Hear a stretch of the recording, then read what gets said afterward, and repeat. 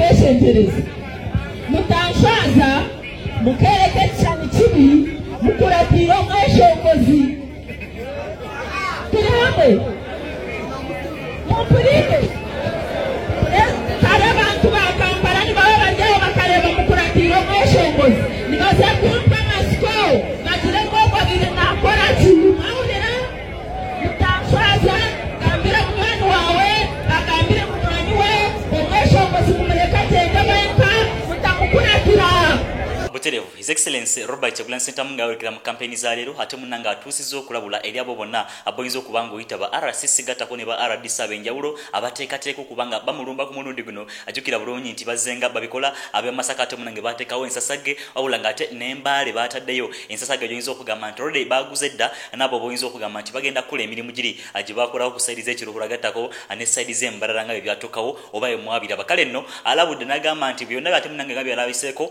ate bibaawo oba tebigiza ne bituukawo okusinziira ku mbeera eyinza okubanga egenda kuddirira ku mulundi guno ate bagenda kubanga temunange babattira ku liiso okusinziira ng'embeera bwezenga etambula kale nno wabula ate bo abanjawulo mu kibiina kyennyini ekya National Resistance Movement abagamba nti nedda munnange ekimala mulekerawo okubanga mutuusa ensonga ezo aziwandigamye nti zinyigiriza His Excellency Robert Kyagulanyi Ssentamu feels exclusive obisanga nobeera nga wekkanya biki ebitambula mu ggwanga lyattu Uganda sesonza abeerawo mu kubanga mbikusemberezaawo nnyo konfatizo ni wakola kyamaanyi agwe yasubscribinga ku mukutu gagadde wokka wetusinziira okubanga ate tukutuusako ensonga semasonga ne wekkanya biki ebitambula bigenda maaso mu ggwanga lyattu Uganda ensonga nga bwenzikuleetedde bwenyagala osokobeere nga ozekkanya wabula ate akansi kenkugirako katambi kano wekkanye biki ebitambula ku sayidi z'embaale mu rallies ez'ekibiina ekya National Resistance Movement. aliwo amalako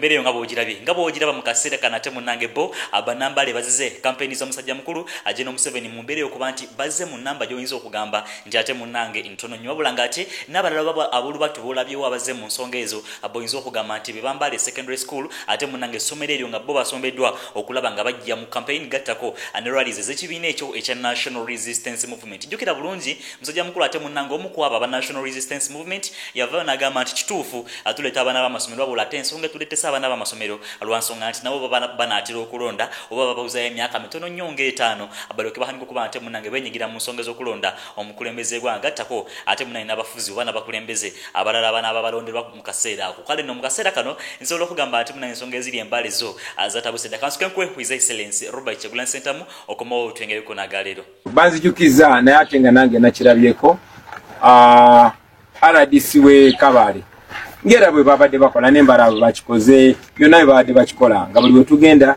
bakuŋŋanya abavubuka ne babasasula ssente mwalabye nti wano bakuŋŋanyiza abaana ba ghetto babatwala Mayor's Garden ne babagalira naye tebajja okutwaniriza ate mwatu ne batabawa ssente zaabwe era bavuddeyo nga babamanja so gye tugenda e Kabale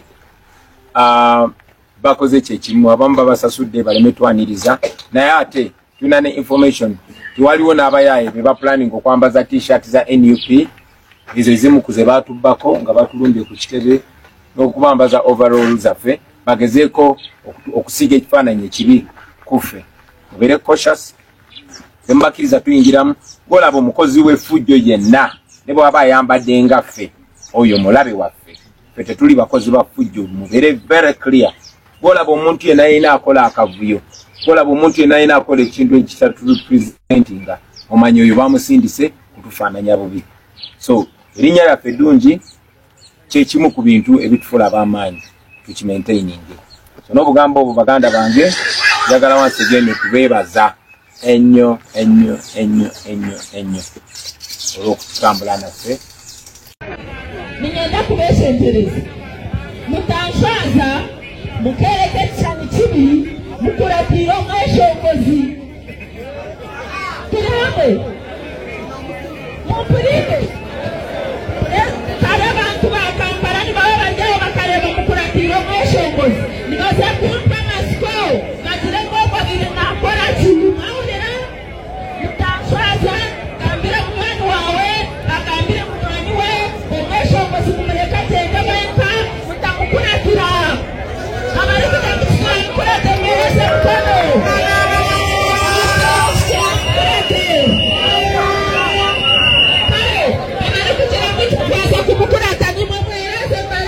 mbasibule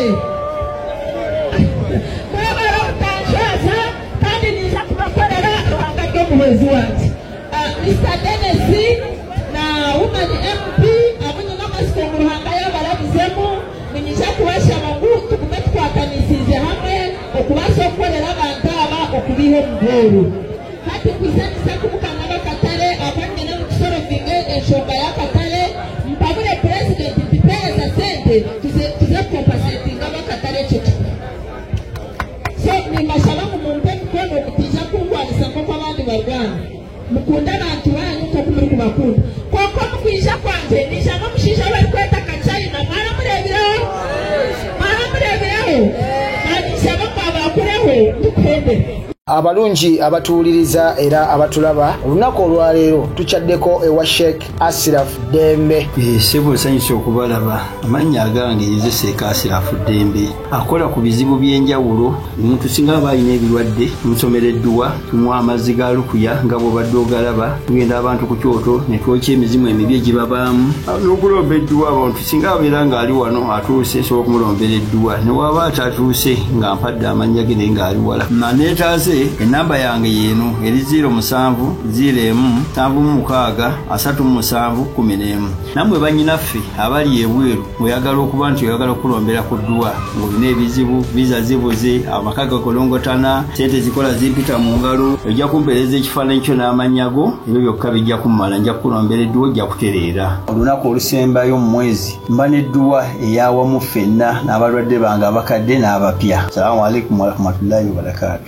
Abuterevu kubadde kulabula ate munenga kutuusa eri abenjawulo bonna bagezawo kubanga bagulirira abo bagamba ate munange bwa t-shirt za National Resistance Movement agattako n'akasente mu mbeera okuba nti babeerawo oba bateekebwawo kutabangula ddembe ku sayiri eno eya National Unity Platform abalabudde anagamba nti kigeza ate munange kubanga kibeerawo ku mulundi guno okusinziira ku byatuukawo ku mulundi guno wabula ate anakutegezaako nti aba National Resistance Movement bennyini oba ababaka mu kibiina kino bavuddeyo ne babeera nga banenya ensonga bwe zitambula ku sayiri eno kansuke nkuwe musajja mukulu nate munange okomewo atuyengereko n'agaleero. Chimanyi kyekitegeza to sustain the campaign nga Bobi Wine bwatambudde buli wamu districts yakaweza ne team jabeera na yo entourage olyoko omuyitemu omujega olyoko kwata amayinja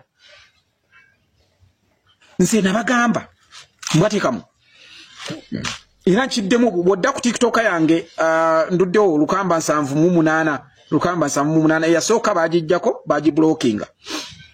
Nebo ogenda ku TikTok yange lumu nagambako abantu nembagamba nti abagamba bali bagamba nga bagamba nti Bobi Wine ntanywe enjaga ntowe enjaga amumba mukazako mama wanjaga manjaga nabagamba enjaga bwebanga Bobi Wine janywa jibagamba ntanywa bwebanga ye muteekamu amagezi gayina munda go mutogo buli ludda ogwenjaga jakutoolako kubanga eyinza okubanga njaga eyenjawulo obutafaananako n'endala kubanga nze ngenda neneetunuulira mbwatekamwa akayumba keenina nagende wa Bobi Wine nendaba eri Palace bwe bayita ow'enjaga gwamuyita ow'enjaga simanyi omusinzaaki gwobolaba nagenda nendaba Palace byeyakola nga tanaba nagenda mu politics nendaba etaka Palace eringa kuikazi 7 nze mbwatekamwa eno 10 ku 10 ndi mu town nsobola omwenkanankana. Bobi Wine is international mbwatekamwa asobola okumwenkanankana nyiza okuba oluusi musinga myaka kubanga emyaka gye sigimanyi. So buli lwomala okumanya nti ono alina kyasingako omuwa respect ate maximum respect. So twakoze bubi Derevu semana ate munange mandu oba bwanika yali nyamusajja mukuru bwanika oba mini mbwate kama wabula ate amukasera kana ensonga za yogera avaayo na yogera ebyo abewandi gavumenti bibandi badde ebyama ku side no ngabo mulabyeko nga ate bya ensonga ezatera munange yavaayo naberanga yogera ku nsonga ziri ezatwalira musajja mukuru Segona nga yogera ku kachika kakosasa ate munange wekenyegera mu nsonga ezinyigiriza bana Uganda mu mbeera bwetu kale no avude ne labe naberanga yanika ekibiina kye mu nsonga ate munange ezinyigiriza bana Uganda amugere muko olwenda langa bo mwetegereza ng'ensonga bazikutuusiza kale no baka bwebumu abonyagala nsukembere nga temunaye nkulekera mu nsonga bweziti aba National Resistance Movement bo ate munanga ensonga bazirabira ku side gye wandigament yeyo eya opposition kamba kulekere basajja bakulu osobola okuba nga temunange obikkanya ensonga zino nsobola okugamba ate munange zo zalinyedda enkandago oba zalinyedda wansi wagulu feeds exclusive tovaako nga tugilaikinze gikone mu ekigalo esobola okuba nga etambula abenjawulo basobola okuba nga temunange bikkanya kubaka nga buno bwenkwetikidde obekumire ku mukutungo bulaba tukomawo n'amala manzi nnyo. Why does the state assume it has monopoly over violence? You want to beat us, you want to tell us we are reckless, but then you're seeing police arresting young people for nothing. There's a young lady who was undressed yesterday. We wouldn't get this news if police wasn't doing all these acts, would we? But we come here and the narrative we are hearing is that young people are violent. The state is violent every day. We are traumatized. The CDF will go on Twitter and start telling us, I want to arrest bumless women. Isn't that violence? Where is the peaceful elections happening? Where is it happening in Uganda? We need to know. And we are constantly told that civic participation is not just during the electoral process of voting, right? It's the 5 years before and the 5 years after these processes. But in between, we are meted with violence. But then again, we are blamed. They are telling us, oh, it's because you're jobless. They are paying you to destabilize this country. Who? You've raised us, our people, you've raised us to be these people who are talking back to you. We have not inherited the silence of the fathers before us and our mothers. We are going to talk. So young people are not violent. That narrative has to change. We are doing our part for peaceful elections. We are pushing for proper electoral processes anymore. And we're being honest. So we can't talk about peaceful elections when all these things are happening in the country. But we blame young people. And as the state assume it has monopoly over violence. You want to beat us. You want to tell us we are reckless. But then you're seeing police arresting young people for nothing. There's a young lady who was undressed yesterday. We wouldn't get this news if police wasn't doing all these acts, would we? But we come here and the narrative we are hearing is that young people are violent. The state is violent every day. We are traumatized. The CDF will go on Twitter and start telling us, I want to arrest bumless women. Isn't that violence? Where is the peaceful elections happening? Where is it happening in Uganda? We need to know. And we are constantly told that civic participation is not just during the electoral process of voting, right? It's the 5 years before and the 5 years after these processes. But in between, we are meted with violence. But then again, we are blamed. They are telling us, oh, it's because you're jobless. They are paying you to destabilize this country. Who? You've raised us, our people, you've raised us to be these people who are talking back to you. We have not inherited the silence of the fathers before us and our mothers. We are going to talk. So young people are not violent. That narrative has to change. We are doing our part for peaceful elections. We are pushing for proper electoral processes. But again, there are no ceilings to how much people are spending in elections. You're putting the burden on us and our future. How are we going to sustain this kind of elections in the coming years? 3 billion to contest for MP. You've talked about 3 million just to go to be signed and nominated. What happens in that period? People are borrowing billions and billions of money to sustain positions, to get into positions. What is your role? Why aren't you pushing your parliament? These are people you sit with in your saunas. They always tell us that's why decisions are made. Talk to them. It is your duty to make sure those laws change. Because as if we come here, you're going to beat us and then say we are now violent. Right. So who is going to talk to them? How are we going to sustain these elections in the coming years? When now majority of our elders are not here. That burden is on us, these people in the room. We fail to recognize the role we are playing as leaders and as elders. We are traumatized. And we need to heal as a country.